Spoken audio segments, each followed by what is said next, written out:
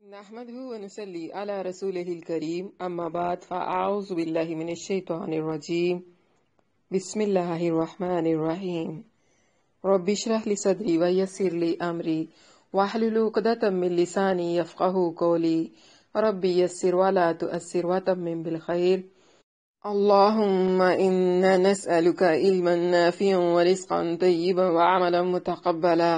اللهم فقهنا في الدين آمین۔ السلام علیکم ورحمۃ اللہ وبرکاتہ۔ کیسی ہیں آپ سب طالبات؟ دعا ہے اللہ سبحانہ و تعالی ہم سب کو صحت اور ایمان کی بہترین حالت پہ رکھے اور ہم سب سے اپنے دین کا بہترین کام لے لے، آمین۔ طالبات، ہم لوگ پڑھ رہے تھے ابواب الطب یعنی دعا اور علاج کے بیان میں۔ ان ابواب میں آج ہمارا چوتھا سبق ہوگا انشاءاللہ، اور باب کا نمبر ہے 18۔ باب ما جاء ان العین حق والغسل لها، اس بیان میں کہ نظر لگ جانا حق ہے اور اس کے لیے غسل کرنا۔ عن حابس التمیمی انہ سمع رسول اللہ صلی اللہ علیہ وسلم یقول، روایت ہے حابس تمیمی سے، کہتے ہیں کہ سنا انہوں نے اللہ کے رسول صلی اللہ علیہ وسلم کو فرماتے ہوئے، لا شیء فی الحام، کہ حام اس کی کوئی حقیقت نہیں ہے، والعین حق، اور جو نظر بد ہے اس کا اثر سچ ہے۔ یعنی اللہ کے نبی صلی اللہ علیہ وسلم نے فرمایا کہ وہ حقیقت حام کی جو عرب میں مشہور ہے وہ معتبر نہیں ہے، اور جو نظر بد ہے اس کا اثر جو ہے وہ حق ہے، یعنی اس کا اثر ہوتا ہے۔ یہ جو حدیث ہے علامہ البانی رحمہ اللہ کے نزدیک ضعیف ہے، لیکن اس میں یہ جو الفاظ ہیں العین حق، کہ جو نظر ہے نظر بد اس کا اثر ہوتا ہے، یہ بات جو ہے یہ صحیح ہے۔ عن ابن عباس رضی اللہ تعالی عنہ قال قال رسول اللہ صلی اللہ علیہ وسلم، روایت ہے حضرت ابن عباس رضی اللہ عنہما سے، کہا انہوں نے، فرمایا رسول اللہ صلی اللہ علیہ وسلم نے، لو کان شیء سابق القدر، اگر کوئی چیز ایسی ہوتی جو تقدیر پر غالب آ جاتی، لا سبقت العین، تو وہ نظر بد ہوتی، وَإِذَا اغْتُسِلْتُمْ، جب تمہیں غسل کے لیے بلایا جائے، فاغسلوا، پس غسل کرو۔ اس حدیث کی سند صحیح ہے، یعنی حضرت ابن عباس رضی اللہ عنہما روایت کرتے ہیں کہ اللہ کے نبی صلی اللہ علیہ وسلم نے فرمایا اگر کوئی چیز تقدیر پر غالب ہوتی تو وہ نظر بد ہوتی، یعنی نظر بد کے اندر اتنی تاثیر ہوتی ہے کہ اگر کوئی چیز تقدیر پر سبقت لے جانے والی ہوتی تو وہ نظر بد ہوتی، اور فرمایا جب کوئی حکم کرے تم کو غسل کرنے کا تو تم ضرور غسل کرو۔ اس باب میں حضرت عبداللہ بن عمر رضی اللہ عنہما سے بھی روایت ہے، کہا امام ترمذی رحمہ اللہ نے یہ حدیث صحیح ہے، اور حدیث حیہ بن حابس کی یعنی حدیث اول جو ہے وہ غریب ہے، اور روایت کی شبان یحییٰ بن ابی کثیر سے، انہوں نے حیہ بن حابس سے، انہوں نے اپنے باپ سے، اور انہوں نے حضرت ابو ہریرہ رضی اللہ عنہ سے، اور انہوں نے نبی کریم صلی اللہ علیہ وسلم سے، اور علی بن مبارک اور حرب بن شداد نہیں ذکر کرتے ہیں اس سند میں حضرت ابو ہریرہ رضی اللہ عنہ کا۔ مترجم کہتا ہے کہ جو نظر بد ہے اس کا اثر حق ہے، اور یہ جو بات ہے بہت ساری روایات میں ثابت ہے، اور رسول اللہ صلی اللہ علیہ وسلم نے اس کے بارے میں بتایا بھی ہے، یعنی اس کے بارے میں خبر دی ہے۔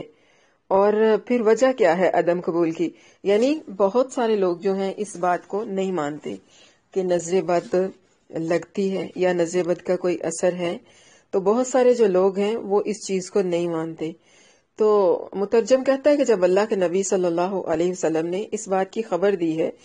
تو پھر کیا وجہ ہے کہ لوگ اس بات کو نہیں مانتے، یعنی یہ لوگوں کی جہالت اور نادانی اور بے وقوفی ہے کہ جو اس بات پہ یقین نہیں رکھتے کہ نظر بد کا اثر ہوتا ہے۔ پہلی بات تو یہ ہے کہ جو عین ہوتا ہے، عین کہتے ہیں اس شخص کو جس کی نظر لگتی ہے، یعنی جو نظر لگانے والا ہوتا ہے اس کو کہتے ہیں عین۔ تو عین کی آنکھ کے اندر کچھ ایسی قوت اور تاثیر ہوتی ہے، کچھ ایسی شعاع لگا لیں کہ وہ اس کی آنکھ سے نکلتی ہے جو دوسرے کو نقصان پہنچاتی ہے۔ اور بعض جو سانپ ہوتے ہیں ان کی آنکھوں میں بھی اس قسم کی تاثیر ہوتی ہے کہ وہ اگر کسی حاملہ کی طرف دیکھیں تو ان کا حمل گر جاتا ہے، یا آدمی اگر ان کی آنکھوں میں دیکھ لے تو ان کی آنکھیں جو ہیں اندھی ہو جاتی ہیں. مطلب جو انسان اس سانپ کی آنکھ میں دیکھے تو اس کی نگاہ اندھی ہو جاتی ہے، یعنی اس کی نگاہ ختم ہو جاتی ہے یا پھر حمل گر جاتا ہے. ابتر اور ایک اور قسم کا بھی سانپ ہے، اس کی آنکھ میں یہ تاثیر ہے. یعنی ابتر ایک دم کٹی یعنی چھوٹی سی دم والا موذی انتہائی خطرناک مطلب زہریلا سانپ ہوتا ہے. تو رسول اللہ صلی اللہ علیہ وسلم سے ان کے بارے میں صحیح حدیث مروی ہے. اور اسی طرح یعنی جس طرح سانپ کی نظر سے وہ تاثیر نکلتی ہے کہ دیکھنے والے کو اندھا کر دیتی ہے یا حاملہ کا حمل گر جاتا ہے، اسی طرح حاسد کی آنکھ سے محسود کو جو ہے وہ ضرر پہنچتا ہے. یعنی جس سے حسد کیا جاتا ہے نا، حاسد کی نظر سے نکلنے والی شعاع جو ہوتی ہے یا اثر جو ہوتا ہے وہ محسود کو نقصان پہنچاتا ہے، ظاہر ہے. اور دوسری بات یہ کہ جو عین ہوتا ہے اس کی آنکھ سے ایک غیر مرئی لطیف شعاع ہی کہہ سکتے ہیں اس کو، شعاع لگا لیں یا اثر لگا لیں، اس کی آنکھ سے نکلتا ہے اور دوسرے بندے کو جس کو نظر لگتی ہے اس پر اثر انداز ہوتا ہے. اور یہ اس قدر اثر انداز ہوتا ہے کہ دوسرے بندے کی جان مطلب دوسرے بندے کی ہلاکت کا سبب بن جاتا ہے. اور یہ کہ اللہ تعالیٰ پیدا کر دیتا ہے ایک قوت سمیہ معین کے جسم میں، جبکہ مقابل ہو وہ عین کے، اور نہ کسی قسم کی تاثیر عین کی آنکھ میں.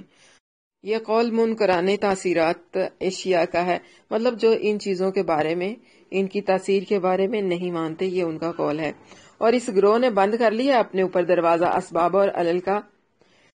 ایسا ہی کہا صاحب زاد المعاد نے، اور تضعیف کی اس کی، اور کہا کہ جو عاقل ہے یعنی جو عقل رکھنے والا ہے وہ اس چیز کا کبھی انکار نہیں کرے گا. تاثیرات ارواح کا اجسام میں، اور جو ارواح ہیں وہ قوی ہیں اور طبع مختلفہ مطلب مختلف عادات رکھنے والی،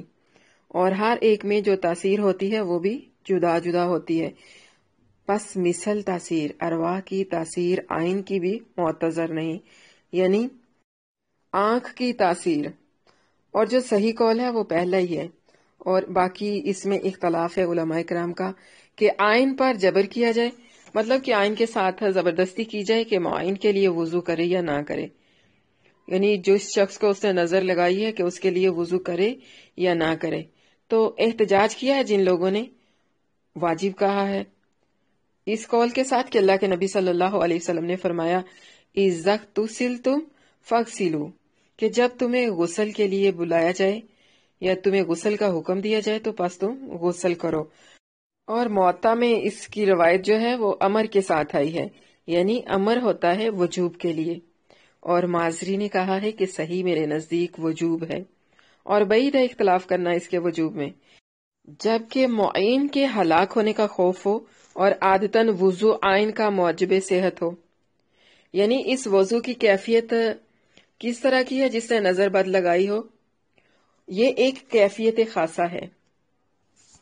ایک پیالہ پانی کا لایا جائے بھرا ہوا،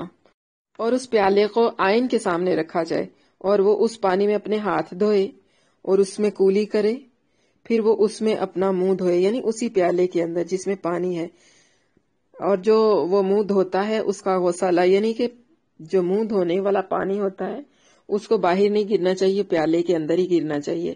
پھر بایاں ہاتھ ڈال کر پانی لے اور دائیں ہتھیلی پر ڈالے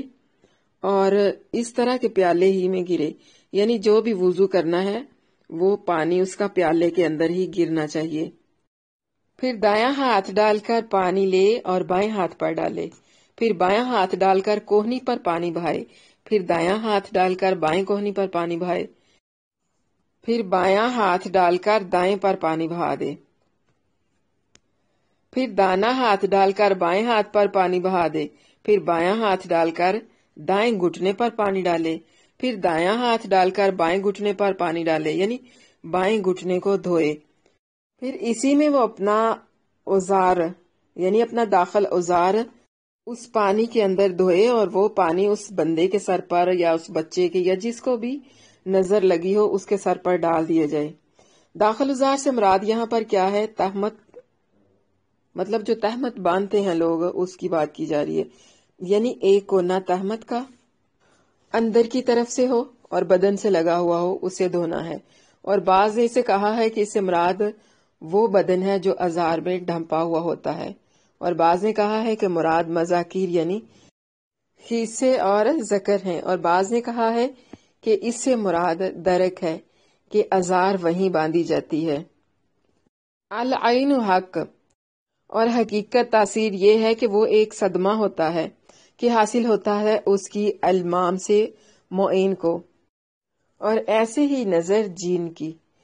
یعنی یہ جو نظر بد ہے اس کی تاثیر ہوتی ہے۔ جو لوگ اس کا انکار کرتے ہیں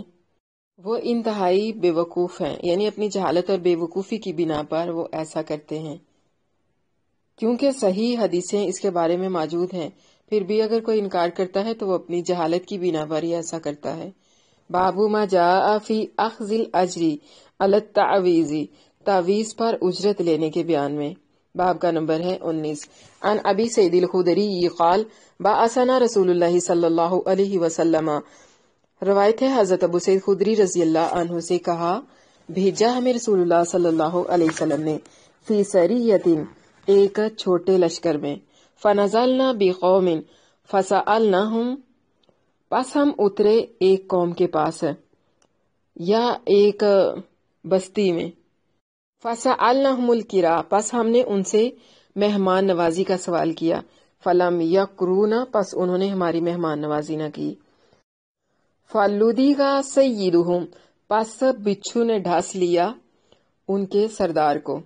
فاتونا، پس وہ آئے ہمارے پاس، فقالوا، اور انہوں نے کہا، حل فیکم من یرکی من العقرب،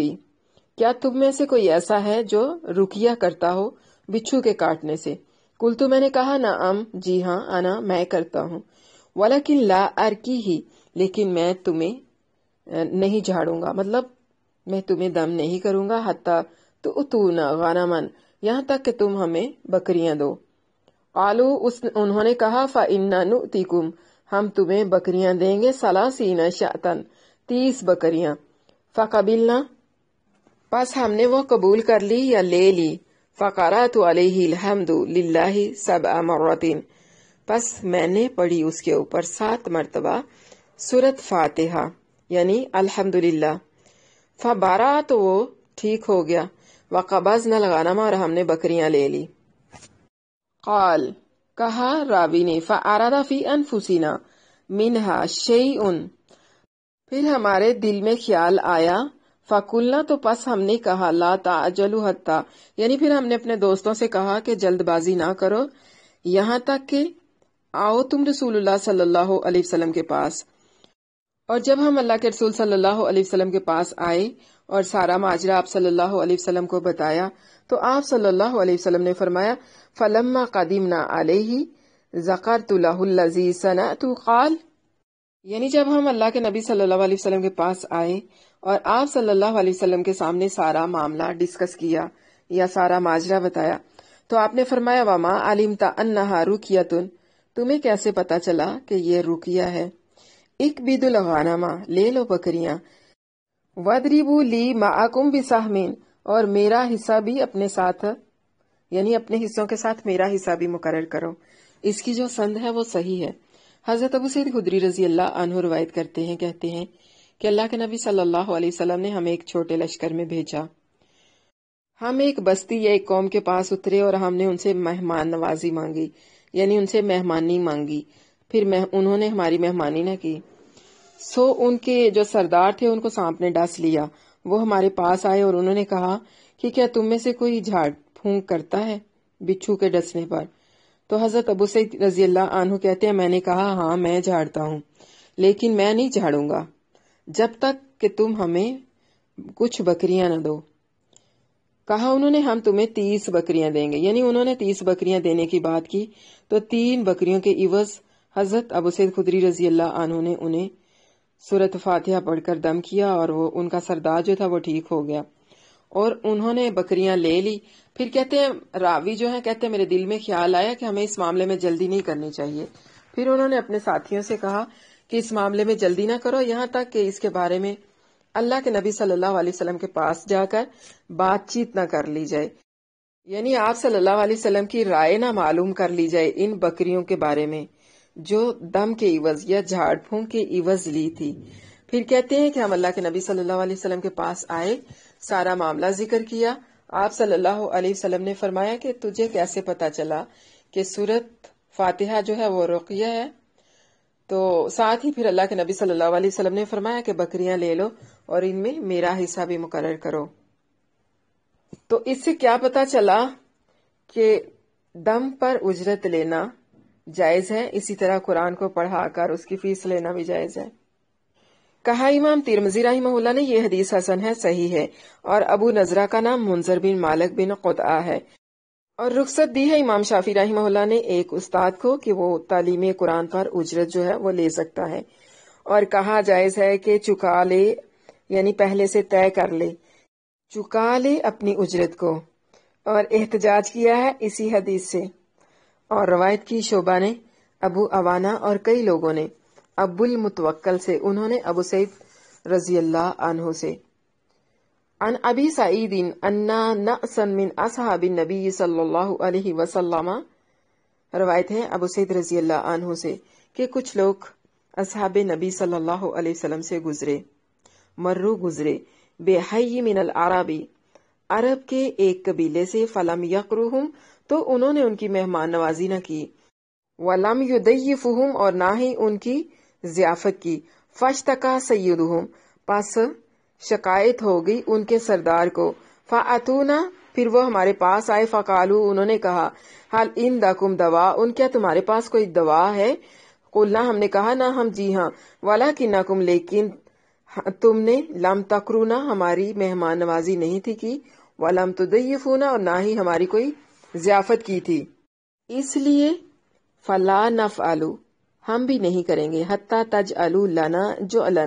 یہاں تک کہ تم ہمارے لیے معاوضہ مقرر کرو، معاوضہ یا مزدوری یا اجرت کچھ بھی کہہ سکتے ہیں، یہاں تک کہ آپ ہمارے لیے اس کی اجرت مقرر کریں۔ فَجَعَلُوا عَلَى ذَلِكَ قَطِيعًا مِنْ غَنَمٍ، تو انہوں نے اس کے لیے ایک بکریوں کا ایک غلہ یا ایک ریوڑ جو تھا وہ مقرر کیا۔ قال فجعل رجل منا يقرأ عليه بفاتحة الكتاب فبرأ، پس ہم میں سے ایک آدمی نے اسے سورت فاتحہ کے ساتھ پھونکا یا سورت فاتحہ پڑھ کر اس پر دم کیا، فبرأ، تو وہ ٹھیک ہو گیا۔ فلما آتانا النبی صلی اللہ علیہ وسلم، جب ہم اللہ کے نبی صلی اللہ علیہ وسلم کے پاس آئے، ذکرنا ذالک لہو، ہم نے آپ صلی اللہ علیہ وسلم کے ساتھ اس معاملے کو ڈسکس کیا یا یہ ساری بات جو تھی آپ صلی اللہ علیہ وسلم کو بتائی۔ قال، آپ صلی اللہ علیہ وسلم نے فرمایا، ما یدریک انہا رقیۃ، تمہیں کیسے پتا چلا کہ یہ جو سورت فاتحہ ہے یہ رقیہ ہے؟ ولم یذکر، اور نہیں ذکر کیا راوی نے، نہین کے منع کیا ہو ہمیں اللہ کے نبی صلی اللہ علیہ وسلم نے، بلکہ آپ صلی اللہ علیہ وسلم نے فرمایا، کلوا واضربوا لی معکم بسہم، کہ کھاؤ وہ بکریاں اور میرا بھی ایک حصہ اس میں لگاؤ۔ یہ جو حدیث ہے اس کی سند صحیح ہے۔ کہا امام ترمذی رحمہ اللہ نے یہ حدیث صحیح ہے، اور یہ روایت صحیح تر ہے اعمش کی روایت سے جو جعفر بن ایاز سے مروی ہے، اور اسی طرح کئی لوگوں نے روایت کی ہے یہ حدیث ابو بشر سے، کہ نام جن کا جعفر بن ابی وحشیہ ہے، وہ روایت کرتے ہیں ابو المتوکل سے، وہ ابو سعید سے، اور جعفر بن ایاس وہی جعفر بن ابی وحشیہ ہیں۔ اس حدیث میں تصریح ہے کہ رقیہ کی اجرت کے جواز پر، اور اس پر کہ اجرت اس کی حلال اور طیب ہے، یعنی پاکیزہ ہے، اس میں کسی قسم کی کوئی بھی کراہت نہیں ہے۔ اور اسی پر قیاس کیا بعض نے کہ قرآن کی تعلیم پر اجرت لینا جائز ہے، اور یہی مذہب ہے امام شافعی رحمہ اللہ کا، اور امام مالک، اور امام احمد، اور امام اسحاق، اور ابو ثور، اور دوسرے لوگوں کا، یعنی سلف سے اور جو ان کے بعد تھے۔ اور منع کیا ہے اجرت تعلیم کو حضرت ابو حنیفہ رحمہ اللہ نے، اور جائز کہا ہے رقیہ کی اجرت کو اس مذکورہ حدیث کے مطابق، اور تقسیم کرنا ان بکریوں کا اپنے یاروں پر تبرن اور با اعتبار مروت کے تھا، یعنی یہ محض محبت اور دوستی اور بھائی چارے کے لیے تھا، ورنہ ساری بکریوں پر سب کا حق نہیں تھا،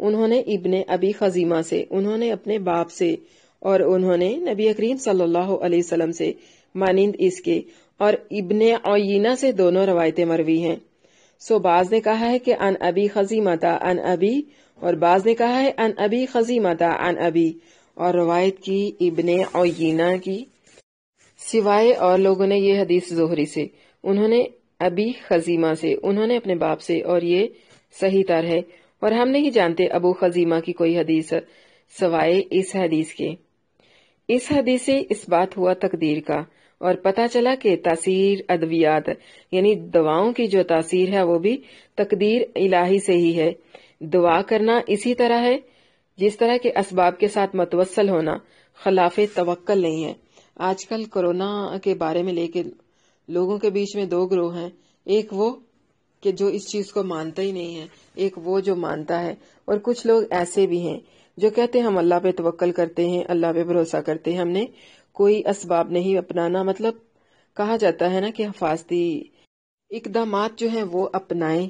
باہر جاتے وقت ماسک یوز کریں، گیدرنگ سے بچیں، تو ٹچ کرنے سے ایک دوسرے سے بچیں، ہگ کرنے سے ایک دوسرے سے بچیں، کیونکہ یہ اچھوتی بیماری ہے، ایک سے دوسرے کو لگتی ہے۔ تو وہ لوگ جو کہتے ہیں ہم اللہ پہ توکل کرتے ہیں وہ مانتے ہی نہیں ہیں، کہتے ہیں ہم نے اللہ پہ توکل کیا ہوا، ہمیں کچھ نہیں ہوگا۔ تو ایسے لوگ جو ہیں یہ غلط کرتے ہیں، انہوں نے توکل کا مطلب ہی غلط لیا ہے۔ اسباب اپنانا توکل کے منافی نہیں ہے۔ نادان اور بے وقوف لوگ ہیں جو ایسا کہتے ہیں کہ وہی ہوگا جو تقدیر میں لکھا ہوا ہے۔ دعا سے کیا ہوگا؟ مطلب کہ دعا یا علاج معالجہ کروانے سے کیا ہونا ہے؟ ہونا تو وہی ہے جو تقدیر میں لکھا ہوا ہے۔ تو اسباب اپنانا جو ہے وہ توکل کے منافی نہیں ہے۔ پہلے اسباب اپنائے جائیں پھر توکل کیا جائے، یہ صحیح توکل ہوتا ہے۔ یہ ایسے ہی نہیں ہے کہ اپنے جانوروں کو کھلا چھوڑ دو، انہیں کوئی جانور کھا جائے اور گلے اللہ سے کرتے پھرو کہ ہم نے آپ پہ توکل کیا پھر بھی ہمارے جانوروں کو نقصان پہنچا۔ توکل یہ ہے کہ اپنے جانوروں کی حفاظت کرو، انہیں مضبوط رسی سے باندھو، جس طرح کی حدیث بھی ہے کہ اللہ کے نبی صلی اللہ علیہ وسلم نے فرمایا اپنے اونٹ کو کھونٹی سے باندھو اور پھر اللہ پہ توکل کرو۔ در حقیقت بات یہ ہے کہ دعا سے بھی، یعنی دعا سے بھی جو ہونا ہے وہ بھی تقدیر کے موافق ہی ہوگا۔ بابو ما جاء فی القمعۃ والاجوۃ، کھمبی اور اجوا۔ اجوا کا مطلب ہے عمدہ کھجور، کھمبی اور اجوا کے بیان میں۔ عن ابی ہریرہ قال قال رسول اللہ صلی اللہ علیہ وسلم، روایت ہے حضرت ابو ہریرہ رضی اللہ عنہ سے، کہا فرمائے رسول اللہ صلی اللہ علیہ وسلم نے، الاجوۃ من الجنۃ،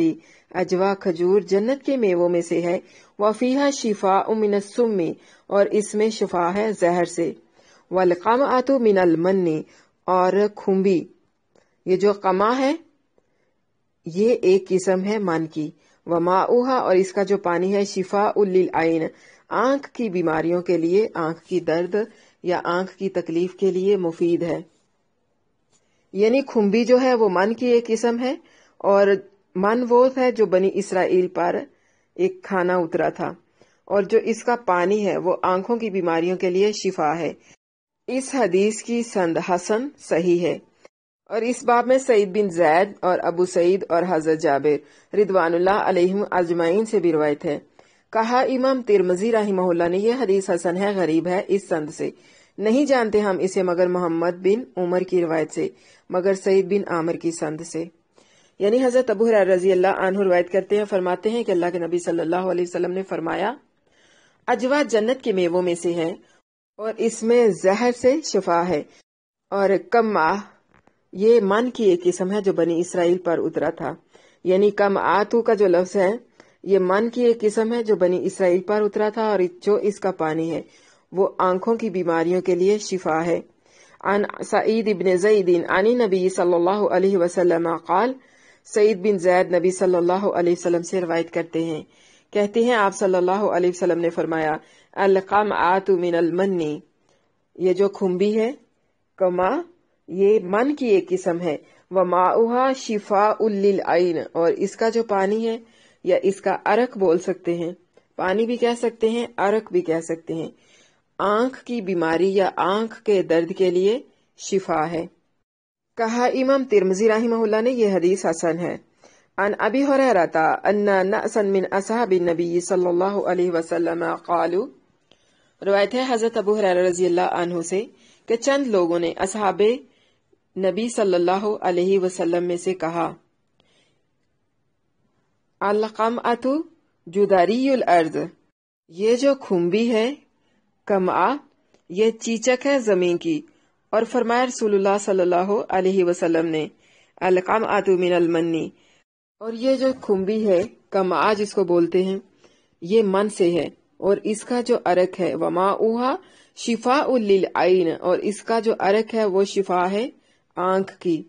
والعجوۃ، اور جو عجوہ ہے من الجنتی، جنت کے میووں میں سے ہے، وہی شفاء من السم، اور اس میں زہر کے لیے شفا ہے، یعنی یہ جو عجوہ کھجور ہے اس میں زہر کا علاج ہے۔ یہ جو حدیث ہے اس کی سند صحیح ہے۔ عن قتادہ قال، روایت ہے کہ قتادہ سے کہا انہوں نے، حدیث تو انا ابا ہریرہ قال، کہ ابو ہریرہ رضی اللہ عنہ نے کہا، لیے میں نے تین کھمبیاں یا 5 کھمبیاں یا 7 کھمبیاں، فجعلت معہن فی قارورۃ، پس میں نے ان کے پانی کو نکال لیا اور اسے محفوظ کر لیا ایک بوتل میں۔ یعنی حضرت ابو ہریرہ رضی اللہ عنہ کہتے ہیں کہ میں نے 3 یا 5 یا 7 کھمبیاں لی جس کو کمعات بولتے ہیں، اور پھر ان کو نچوڑ کر ان کا پانی نکالا اور اس کو شیشے کی ایک بوتل یا شیشے کے ایک برتن میں اس کو محفوظ کر لیا۔ فَكَحَلْتُ بِهِ جَارِيَةً، پھر اس کو ایک لڑکی کی آنکھوں میں لگایا، فَبَرَأَتْ، تو وہ لڑکی ٹھیک ہو گئی، یعنی اس کی جو آنکھیں تھی وہ ٹھیک ہو گئی۔ فَكَحَلْتُ کا مطلب سرما لگانا بھی ہوتا ہے نا، جس طرح سرما لگاتے ہیں اس طرح کھمبی کا پانی آنکھ میں لگایا تو وہ اس لڑکی کی آنکھ جو تھی وہ ٹھیک ہو گئی۔ یہ جو حدیث ہے یہ ضعیف ہے، اس کی سند انقطاع کی وجہ سے ضعیف ہے۔ حضرت ابو قتادہ روایت کرتے ہیں، کہتے ہیں حضرت ابو ہریرہ رضی اللہ عنہ کہتے ہیں کہ میں نے 3 یا 5 یا 7 کھمبیاں لے کر ان کو نچوڑا اور ان کا عرق شیشے کی ایک بوتل میں بند کر لیا، اور پھر اس عرق کو یا اس پانی کو ایک لڑکی کی آنکھوں میں لگایا تو وہ لڑکی جو تھی وہ ٹھیک ہو گئی، یعنی اچھی ہو گئی۔ کمعۃن با فتح کاف، یعنی جو کما ہے وہ فتح کے ساتھ، کاف جو ہے وہ فتح کے ساتھ بھی آتا ہے، اور جو میم ہے وہ سکون کے ساتھ ہے، یعنی فتح اور حمزہ۔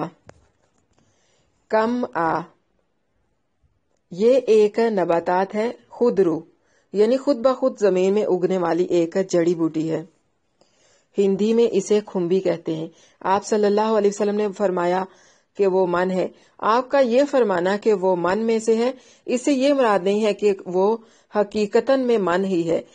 یعنی من تو وہ چیز تھی جو آسمان سے اترتی تھی، یعنی آسمان سے برستی تھی، بلکہ اس سے مراد یہ ہے کہ اللہ تعالیٰ نے بغیر بوئے جس طرح ان لوگوں کو بنی اسرائیل کو من عطا کیا تھا، اسی طرح یہ بھی خود بخود بغیر بوئے ہی زمین میں اگاتی ہے، اس لیے اس کو تشبیہ دیا ہے من کے ساتھ، حقیقتاً میں اس سے من مراد نہیں ہے۔ اور بعض نے کہا ہے کہ من المن سے مراد یہ ہے کہ اللہ تعالیٰ نے امتنان اور احسان فرمایا اس کے ساتھ اپنے بندوں پر، اور یہ جو فرمایا کہ پانی اس کا شفا ہے آنکھ کے لیے، اس کے بارے میں 3 قول ہیں۔ پہلا یہ کہ عرق اس کا ملائیں دعا میں، یعنی اس دعا میں جو آنکھ میں لگائی جاتی ہے اس کا عرق اس کے ساتھ اس دعا میں شامل کر کے آنکھ میں لگایا جائے، یعنی اکیلا عرق جو ہے اس کو استعمال نہ کریں، اور یہ ذکر کیا ہے ابو عبید نے۔ دوسرا یہ کہ اسے گرم کر کے عرق نچوڑ لیں اور اکیلا ہی استعمال کریں، کہ آگ اسے اخلاط فاسدہ کو دور کر دیتی ہے اور باقی رہ جاتے ہیں مفید اثرات جو اس کے گرم ہونے سے ہوئے۔ تیسری بات یہ کہ آب قمعات، اس سے مراد وہ پانی ہے بارش کا جس سے قمع پیدا ہوتا ہے، یعنی کھمبی جس سے پیدا ہوتی ہے،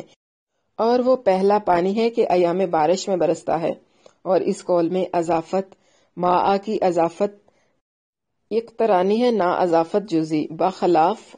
قولین سابقین، مطلب پہلی جو باتیں ہیں جو پہلے قول 2 گزرے ہیں ان کے، مگر یہ قول جو ہے وہ نہایت بعید اور ضعیف ہے، اور ذکر کیا اس قول کو ابن الجوزی رحمہ اللہ نے۔ اور بعض نے یہ بھی کہا ہے کہ اگر فقط تبرید آنکھ کی منظور ہو تو صرف اس کا پانی کافی ہے، بغیر اختلاط کسی اور دوا کے، یعنی کسی بھی اور دوا میں شامل کیے بغیر ہی اس کا پانی کافی ہے، اور اس کے سوا اگر کچھ اور مقصد ہو تو پھر مرکب کیا جائے، یعنی اگر کوئی اور مقصد ہو تو پھر اس کو کسی اور دوا کے ساتھ شامل کر کے کسی اور دوا کے ساتھ ملا کر استعمال کیا جائے۔ اور عجوا جو ہے وہ ایک بہترین اور عمدہ قسم کی کھجور ہے مدینہ کی، اور بعض نے کہا ہے کہ وہ آپ صلی اللہ علیہ وسلم کی بوئی ہوئی ہے، اور اسی طرح ایک روایت میں ہے کہ جو ہر صبح 7 عجوا کھجوریں کھائے اس پر سحر اور سم وغیرہ جو ہے وہ اثر نہیں کرتا۔ اور یہ جو عجوا کھجور ہے نا، یہ جادو اور سحر وغیرہ میں بڑی مفید ہے۔ ان وباؤں کو یا ان بلاؤں کو ختم کرنے کی عجوا کھجور کے اندر تاثیر ہے، یا پھر یوں کہہ لیں کہ یہ دعا ہے رسول اللہ صلی اللہ علیہ وسلم کی۔ اور صبح سے مراد نہار منہ کھانا، اور اس کے درخت کو لین کہتے ہیں، اور بعض نے کہا ہے کہ یہ فقط دعا ہے رسول اللہ صلی اللہ علیہ وسلم کی۔ کھجور کے اندر زہر کو ختم کرنے کی خاصیت نہیں ہے، مطلب اس کے کھانے سے جو اثر ہوتا ہے وہ اللہ کے نبی صلی اللہ علیہ وسلم کی دعا کی برکت سے ہے۔ اور عدد 7 توقیفی ہیں، جیسے عدد رکعت نماز کے، یعنی اس کا جو اسرار ہے وہ اللہ ہی کو معلوم ہے یا پھر اس کے رسول صلی اللہ علیہ وسلم کو۔ ان قتادہ قال حدثت ان ابا ہریرہ قال، روایت ہے قتادہ سے کہا حدیث پہنچی ہے مجھے، حضرت ابو ہریرہ رضی اللہ عنہ نے کہا الشنیز دواء من کل داء الا السام، کہ یہ جو شنیز ہے یہ دوا ہے ہر مرض کی سوائے موت کے۔ قال قتادہ، تو کہا قتادہ نے یأخذ کل یوم 21 حبۃ، کہا قتادہ نے یعنی ہر روز 21 دانے کلونجی کے ایک کپڑے کی پوٹلی میں باندھ کر بھگو دیتا، یعنی 21 دانے کلونجی کے لے کر پھر ان کو ایک کپڑے میں ڈال کر پانی میں بھگو دیتے۔ فَلْيَنْقَعُهُ فَلْيَسْتَعِدْ، پھر وہ پانی کے جو قطرے تھے وہ ناک میں ڈالتے، یعنی ہر روز دائیں نتنے میں 2 بوندیں اور بائیں میں 1، اور اسی طرح دوسرے دن بائیں میں 2 بوندیں اور دائیں میں 1، اور تیسرے دن دائیں میں 2 بوندیں اور بائیں میں 1 بوند۔ یہ جو حدیث ہے اس کی سند ضعیف ہے۔ سبحان ربک رب العزت عما یصفون وسلام علی المرسلین والحمد للہ رب العالمین، رب اغفر وارحم وانت خیر الراحمین، وصلی اللہ وسلم وبارک علی نبینا محمد وعلی آلہ واصحابہ اجمعین، آمین ثم آمین یا رب العالمین۔ الحمدللہ آج کا سبق مکمل ہو گیا۔ آج کے سبق کو لے کر اگر آپ لوگوں نے کچھ پوچھنا ہے، کوئی سوال کرنا ہے تو آپ کر سکتے ہیں۔